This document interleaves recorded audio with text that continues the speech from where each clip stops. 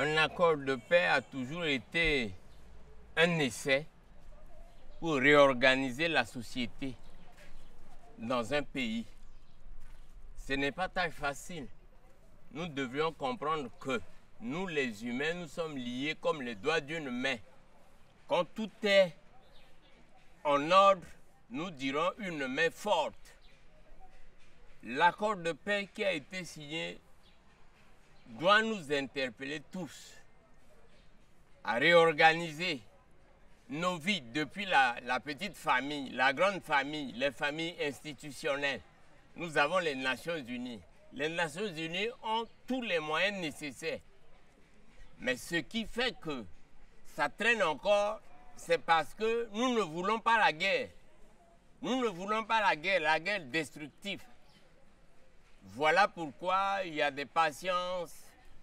Et cela nous amène aussi à réfléchir beaucoup plus de la justice.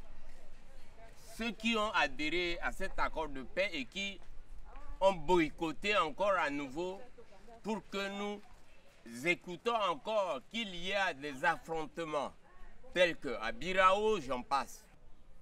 Mais les 13 accords de paix nous amènent à réfléchir, à comprendre que tous les essais de réorganisation de la société, d'arrêter les exactions des groupes armés, cela n'a pas marché.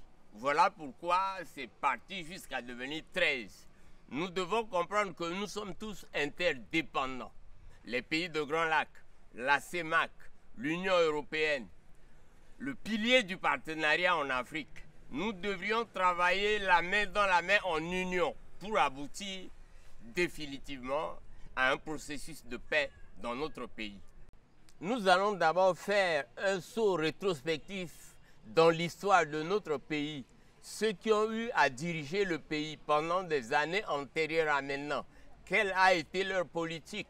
Nous pouvons par exemple copier ce que disait Bokassa. On ne nourrit pas un peuple avec de la politique. Il a créé l'opération Bokassa, l'ONCPA. Le pays était dans un état d'autosuffisance alimentaire. Et puis, on se réjouissait dans des fêtes de 1er décembre, dans certaines régions du pays, comment on appelle ça, l'agriculture qui était prospère. Aujourd'hui, nous nous sommes rendus compte que nous vivons beaucoup plus des produits PAM. Et c'est ça le malheur.